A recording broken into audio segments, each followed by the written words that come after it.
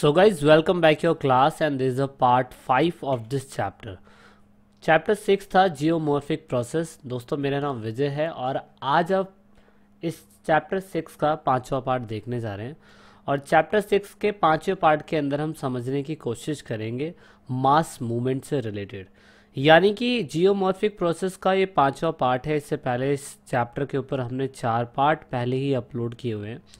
और दोस्तों आज आप इसमें समझोगे जिस तरीके से हमने देखा था शुरुआती समय में कि किस तरीके से सन जो होता है वो कंटिन्यू वेदरिंग प्रोसेस की वजह से पत्थरों को तोड़ रहा है और फाइनली फिर उससे मिट्टी बनती है। लेकिन दोस्तों उसके अलावा भी हमारे अर्थ सरफेस के ऊपरी हिस्से पे कुछ ऐसी गतिविधियां होती है जिसकी वजह से आप देखेंगे कि कहीं ना कहीं जो इलाके बहुत, मैं कह सकता हूँ, ऊंचे हो सकते हैं वो समतल होते जाते हैं। दैट मीन्स उसे आप बोलेंगे वृत्त मूवमेंट, यानी कि वृत्त संचालन। यानी कि देखो, रॉक डायब्रीज का मतलब आप समझिए, इसका मतलब ये है कि जब भी एक बहुत बड़े लैंड मास पे कोई भी बहुत बड़े माउंटेन्स हो या कुछ भी हो, अब वहाँ से किसी भी फिजिकल या वेदरिंग या बायोलॉजिकल एक्टिविटी की वजह से बहुत बड़ा लैंड मास एक प्लेस से दूसरे प्लेस पे खिसक जाए और वो प्लेस बिल्कुल सरफेस हो जाए, तो दोस्तों वो भी कहीं ना कहीं पृथ्वी को, मैं बोल सकता हूँ, समतल करने का एक कारण हो सकता है। ठीक है ना। तो यानी कि अब हमें ये समझना है कि अगर इतने बड़े बड़े पर्वतों से, इतने बड़े पहाड़ों से अगर कोई भी मूवमेंट होता है और वो डायरेक्टली क्यों होता है, किस कारण की वजह से होता है, हमें ये भी समझना है। ओके, तो अब आप ये देखने की कोशिश करेंगे कि भाई जो चट्टानें होती हैं या उनका जो मलबा होता है वो बहुत बड़ी मात्रा में जब वो टूटता है तो ज़मीन के नीचे वाले हिस्से पे आके गिरता है, जिसका डायरेक्टली कारण है कहीं ना कहीं गुरुत्वाकर्षण। दैट मीन्स आप बोल सकते हैं ग्रेविटी, है ना। ग्रेविटी के बारे में आपने पहले भी पढ़ा हुआ है कि इसकी वजह से, गुरुत्वाकर्षण की वजह से, सामान या कोई भी चीज़ जो अर्थ सरफेस पे है अगर वो ऊपर से गिर रही है तो वो नीचे ही गिरेगी। आपने ये जो आइजक न्यूटन है उसके बारे में उनकी थ्योरी पढ़ी होगी, है ना। एप्पल के बारे में उन्हें बताया था। ऐसा ही यही एग्जाम्पल लेते हुए आपको इस बुक के अंदर समझाने की कोशिश करी हुई है। गाइज मैं आपको ये बताना चाहता हूँ, जो बच्चे हिंदी मीडियम के हैं ना, उनकी किताब की लैंग्वेज इतनी टफ लिखी हुई है कि वो बार बार शब्दों को पढ़ के भी समझ नहीं सकते हैं। तो इसीलिए सरल और सिंपल शब्दों में आप ये समझिए कि जब भी, मैं बोल सकता हूँ, माउंटेन्स का कोई भी हिस्सा टूट के ज़मीन पे गिर जाए तो उसका एक रीज़न होता है, सिर्फ और सिर्फ गुरुत्वाकर्षण, जिसे आप ग्रेविटी बोलते हैं। उसकी वजह से सारा मलबा ज़मीन पे आके गिरता है। अब क्योंकि हमने वेदरिंग प्रोसेस के अंदर देखा था कि किस तरीके से ये चट्टानें टूट रही हैं, लेकिन दोस्तों इस मास मूवमेंट में बहुत बड़ी चीज़ें ज़मीन पे आके गिरती है। अब ये जब ज़मीन पे आकी चीज़ें गिर रही है ना, तो इनको ना तो एयर, ना तो वाटर और ना ही तो आइस, ये मतलब ना तो इकोनॉमिक, ना तो बायो, जितनी भी एक्टिविटीज़ थी वो जिम्मेदार नहीं थी, बल्कि ये उन सभी चीज़ों को अपने साथ लेके आती जब ये ऐसी चीज़ें होती हैं, मास मूवमेंट, है ना। तो आप देख सकते हो कि इस मास मूवमेंट के अंदर ये वाटर भी लेके आ जाते, कभी कभी ये एयर प्रेशर भी लेके आ जाते हैं और साथ में ये एयर आइस भी लेके आ जाते हैं। तो बहुत सारे कारण हैं, जल है, वायु है और हिम, जिसे आप आइस बोलते हैं, वो लेके आते हैं। हम इस पूरी वीडियोस के अंदर ना, अभी ये जो चैप्टर चलेगा, ये जो पार्ट, ये जो हिस्सा चल रहा है, उसके अंदर हम पूरी तरीके से समझने की कोशिश करेंगे। थोड़े से जोग्राफिकल टर्म हैं जो आपको समझने हैं, क्योंकि मास मूवमेंट आप देखते हैं, अगर आपने कहीं पे भी देखा हो, जो बच्चे हिमाचल प्रदेश जैसे इलाकों में रहते हैं तो, या नॉर्थ ईस्ट के इलाकों में रहते होंगे तो, या जम्मू कश्मीर के इलाकों में रहते होंगे तो दोस्तों उन्हें मास मूवमेंट के बारे में बहुत ही अच्छी तरीके से पता होगा। अब मास मूवमेंट की कैटेगरी को डिवाइड किया हुआ है। इस पूरी वीडियो के अंदर हम इस मास मूवमेंट की कैटेगरी को ही पढ़ेंगे। नंबर 1 कैटेगरी है स्लो मूवमेंट, नंबर 2 कैटेगरी है रैपिड मूवमेंट, यानी कि तेज़ी से मूवमेंट होना, और फिर है तीसरा है landslide. According to new syllabus landslide हटा दिया गया है, क्योंकि स्लो मूवमेंट हो या रैपिड मूवमेंट हो, होती वो लैंडस्लाइड है, जिसे आप भूस्खलन बोलते हैं हिंदी के अंदर। अब आप नोटिस करेंगे कि अगर क्या कहते हैं कुछ भी मलबा या कुछ भी डैबरीज जो है अगर पर्वतों से नीचे गिर रही है तो कुछ होता है बहुत तेज़ी से, जैसे आप रैपिड मूवमेंट बोलते हैं, और कुछ होता है बहुत धीरे। तो इस लिहाज से मंद संचालन या धीमी गति कुछ भी बोल सकते हैं आप लोकल लैंग्वेज के अंदर। तो हम इन सब के बारे में पढ़ेंगे, लेकिन before starting this chapter you need to understand several activity causes mass movement. यानी कि अगर इतना बड़ा मलबा किसी भी ज़मीन के हिस्से पे आके गिरता है तो सोचिए उसके बहुत सारे कारण हो सकते हैं। ज़रूरी नहीं है कि वेदरिंग प्रोसेस ही ऐसा कारण होगा जिसकी वजह से ये सारी की सारी मिट्टी, सारे के सारे पानी या रॉक्स या एयर प्रेशर ये एक साथ लेके आ रहा है। बहुत सारे उसके कारण हो सकते हैं। आपकी बुकों के अंदर लगभग ना करके भी 10 कारण दिए हुए हैं। तो ये पेपर के पॉइंट ऑफ व्यू से बहुत ज़्यादा इम्पॉर्टेंट है।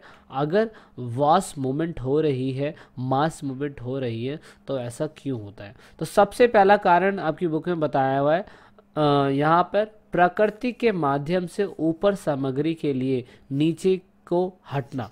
दैट मीन्स कभी कभार ऐसा क्या होता है कि नेचुरली बेसिस पे सरफेस क्या कहते हैं पर्वतों का या पहाड़ों का ऊपरी हिस्सा जो होता है वो टूटकर नेचुरली बेसिस पे गिरने लग जाता है ज़मीन की सतह पे आके।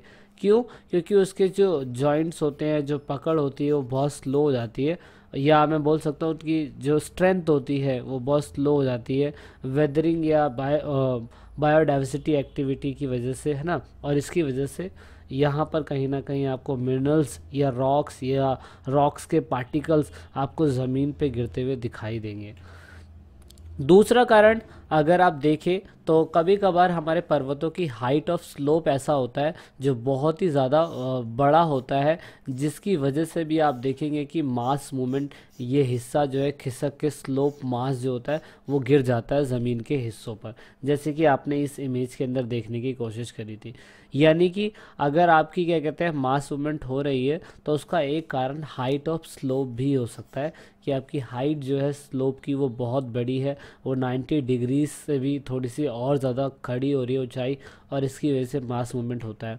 दूसरा सबसे बड़ा मूवमेंट आप देखेंगे कि कभी कभार क्या होता है कि पर्वतों के इन हिस्सों के अंदर लगातार रेनफॉल होता रहता है, और रेनफॉल होने की वजह से यहाँ पर भारी वर्षा होने की वजह से यहाँ पर मिट्टी के अंदर पानी का ओवरलोड हो जाता है, और इसकी वजह से भी यहाँ पे आपको क्या कहते हैं कहीं ना कहीं मास मूवमेंट होता हुआ दिखाई देगा। उसके बाद एक और रीज़न आपकी बुकों के अंदर दे रखा है भूकंप, यानी कि जैसे आप अर्थक्वेक बोलते हैं।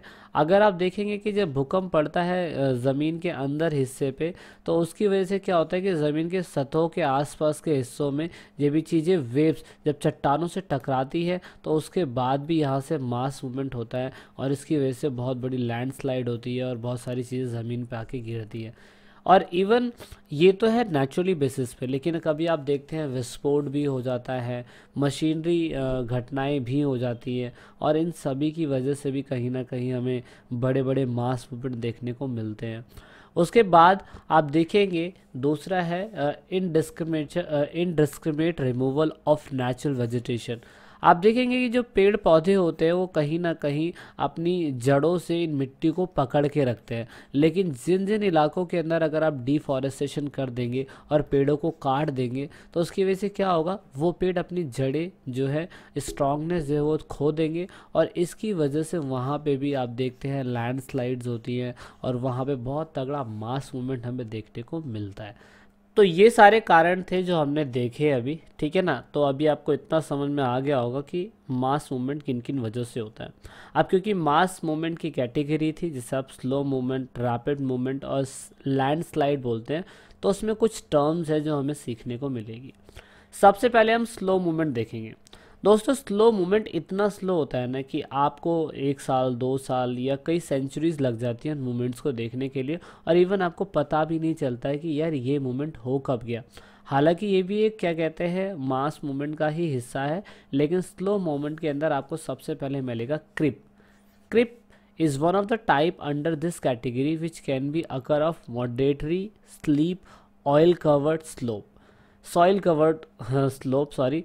आप इसमें ही देखने की कोशिश करेंगे कि जो आपके पोल्स होते हैं और साथ में टेलीफोन पोल्स होते हैं, पोल होते हैं, फेंस वॉल्स होते हैं, इवन ट्रीज जो होते हैं, आप देखेंगे कई बार होता है टेढ़े से हो जाते हैं, रोड में क्रैक्स पड़ने लग जाती है, आपके रोड्स के साइड में जो पोल्स होते हैं थोड़े से टेढ़े होने लग जाते हैं। इसमें इतना स्लो मूवमेंट हो रहा है और मिट्टी एक प्लेस से दूसरे प्लेस पे जा रही है, वो आपको खुद ही नहीं पता चल पाता है जब वो कहीं ना कहीं स्लोप होती है तो, है ना। इसमें क्या होता है, इसमें मूवमेंट जो होती है बहुत स्लो होती है, लेकिन सॉइल, रॉक्स, डाइब्रीज, ये सारी चीज़ें जो है ना एक प्लेस से दूसरे प्लेस पे बहुत धीरे धीरे खिसक रही होती है, जो हमें पता भी नहीं चलता है, ठीक है ना। दूसरा है सॉलिफिकेशन, दैट मीन्स मांद संचालन। दोस्तों ये भी स्लो मूवमेंट का ही हिस्सा है। इसके अंदर मिट्टी का जो ऊपरी हिस्सा होता है ना, वो सिर्फ ऊपरी हिस्सा, ऊपरी लेयर जो होती है, कंटिन्यू हल्के फुल्के रेन की वजह से यहाँ पर आप देखेंगे कि इस मिट्टी की ऊपर वाली लेयर एक प्लेस से दूसरे प्लेस पे जाती रहती है, और ये कहीं ना कहीं क्रिप से ज़्यादा बड़ी मात्रा के अंदर होता है, ठीक है ना। तो ये थोड़ा सा आपको समझना है। फिर रैपिड मूवमेंट के अंदर आते हैं। रैपिड मूवमेंट वही जो मैंने अभी आपको बताया कि एकदम से ही कोई किसी मास मूवमेंट का एक प्लेस से दूसरे प्लेस पे खिसक जाना, तो वो रैपिड मूवमेंट है। इसमें अर्थ फ्लो एक टर्म है, दूसरी डेब्रीज एवलांच है, और तीसरा है मड फ्लो। तो अर्थ फ्लो सबसे पहले जानने की कोशिश करेंगे, अर्थ फ्लो क्या होता है। दोस्तों अर्थ फ्लो के अंदर आप देखेंगे कि वाटर सैचुरेटेड क्ले जो होती है, मतलब अर्थ सरफेस के ऊपरी हिस्से से अगर वाटर हल्का फुल्का हो और किसी एक पर्टिकुलर प्लेस से, वहाँ पर हील से, मैं बोल सकता हूँ हील साइड से थोड़ा बहुत वाटर हो और क्ले साथ में हो, और वो एक प्लेस से दूसरे प्लेस से बहुत तेज़ी से खिसक रही है, जैसे सारी इमेजेस के अंदर दिखा रखा है यहाँ पर, तो ये सारा का सारा मृदा प्रभाव यानी कि अर्थ फ्लो के उसके अंदर आएगा। दूसरा है मड फ्लो। दोस्तों उसके अंदर पानी की कमी थोड़ी होती है, लेकिन मड फ्लो के अंदर पानी की कमी बहुत ज़्यादा होती है। इसमें क्या होता है, हैवी रेनफॉल होता है और थिक लेयर ऑफ वेडेड मटेरियल होता है, यानी कि ये क्या होता है, हिल साइड से होती हुई आती है और बहुत बड़ी मात्रा के अंदर इनमें पानी होता है, और इसकी वजह से अपने सामने जितनी भी चीज़ें होती हैं, हाउसेस, घर, ऑफिस, इवन गवर्नमेंट ऑफिस, या जो भी इनके इलाकों में आती है, सबको ये सर्वनाश यानी कि सत्यानाश करते हुए और ख़त्म करते हुए निकल जाते हैं, जिससे आप मड फ्लो का नाम तो बोलते हैं। फिर आता है डेब्री एवलांच। दोस्तों ये भी डिफॉरेस्टेशन की वजह से ही होता है, लेकिन आप डेब्री एवलांच को ये देखने की कोशिश करेंगे कि ये जो भी क्या कहते हैं, मैं बोल सकता हूँ ह्यूमिड रीजन, जो थोड़ा बहुत ह्यूमिड रीजन होता है ना, वहाँ पे डेब्री एवलांच होता है। और दोस्तों इसमें मिट्टी के बहुत सारे हिस्से, रॉक्स और पेड़ पौधे जो एक प्लेस से दूसरे प्लेस पे नीचे की ओर स्लोप की वजह से नीचे की ओर खिसक जाते हैं, ये डेब्री एवलांच है, लेकिन ये होता है ह्यूमिड रीजन के अंदर। लेकिन दोस्तों आप ये देखने की कोशिश करेंगे कि ये मड फ्लो से बहुत ज़्यादा तेज़ी से होता है। मड फ्लो में धीरे धीरे करके पानी रिसता है और फिर वो धीरे धीरे करके आता है, लेकिन ये आप देखेंगे कि ये कहीं ना कहीं मड फ्लो से तेज़ी में है, और लेकिन ये स्नो अवलांच की तरह ही होता है। दैट मीन्स जो ह्यूमिड रीजन होता है वहाँ पे डेब्री एवलांच होता है, डेब्री मतलब मलबा, और मलबे के अंदर कुछ भी चीज़ें हो सकती हैं जो ऊपरी हिस्से से लेकिन निचले हिस्से पे आती है, उसे डेब्री एवलांच बोलते हैं। लेकिन जो जो क्या कहते हैं ह्यूमिड रीजन के अलावा, जो मैं बोल सकता हूँ मिड ओशनिक है या थोड़ा बहुत ठंडा वाला इलाका है, वहाँ पे स्नो अवलांच होता है। आप देखेंगे वहाँ पे बर्फ़ जो है, बर्फ़ का अवलांच एकदम से ही होता है, ये आपने बहुत सारी फिल्मों के अंदर देखा होगा। नाउ अब बात करेंगे लैंडस्लाइड के बारे में। दोस्तों लैंडस्लाइड हर किसी, चाहे वो स्लो मूवमेंट ले लो चाहे वो मास मूवमेंट ले लो, उन सभी के अंदर कहीं ना कहीं लैंडस्लाइड होती है। और लैंडस्लाइड के अंदर 3 टर्म्स का पढ़ना बहुत ज़्यादा ज़रूरी है, जैसे आप स्लैम्प, डेब्री स्लाइड्स और रॉकफॉल बोलते हैं। दोस्तों स्लैम्प वो जगह है या वो चीज़ है जहाँ पर आप देखेंगे कि जिन हिस्से पर वेदरिंग हो रही है वो स्लैम्प कहलाता है। That means these are rapid and precipitative movement or dry material are found. The size of shape of material are depending on the nature of the rock, degree of weathering and steepness of the slope. यानी कि भूस्खलन इन सभी चीज़ों पे depend होता है। Size and the shape of material, यानी कि वहाँ पे साइज या शेप ऑफ मटेरियल कैसा है, degree of weathering that means वहाँ का टेम्परेचर कैसा है, और साथ में वहाँ की स्लोप कैसी है। उसके हिसाब से अलग अलग हिस्सों के हिसाब से अलग अलग भूस्खलन यानी कि लैंडस्लाइड हमें देखने को मिलती है।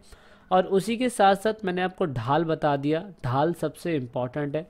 इसके ही रिस्पेक्ट में सामान या कोई भी सामग्री जो होती है ऊपरी प्लेस से नीचे वाली प्लेस पे आती है। डेब्री स्लाइड जो होती है दोस्तों, वो स्लाइड ऐसी प्लेस होती है कि जिस हिस्से के अंदर सिर्फ मास मूवमेंट या रैपिड मूवमेंट हुआ है वो डेब्री स्लाइड कहलाता है। बाकी दूसरे हिस्से को आप डेब्री स्लाइड नहीं बोलोगे। जितने ही हिस्से के अंदर मलबा बहुत तेज़ी से ऊपरी हिस्से से नीचे हिस्से पे खिसका है उसे आप डेब्री स्लाइड्स के नाम से बोलेंगे। फिर लास्ट में आता है रॉक फॉल। दोस्तों रॉक फॉल तो आप पिक्चर से ही समझ रहे होंगे। रॉक फॉल का मतलब यही होगा कि जो जॉइंट्स होते हैं उनका टूटना और उसकी वजह से वो स्लोप की वजह से ज़मीन के हिस्से पे गिरते हैं जनरली बेसिस पे, जिसे आप रॉक फॉल बोलते हैं। इसके अंदर बहुत बड़ी मात्रा के अंदर चट्टानें जो होती है जिसे आप रॉक्स बोलते हैं वो साथ में लेके आता है। पानी वाला हिस्सा इसके अंदर बहुत कम होता है, ठीक है ना।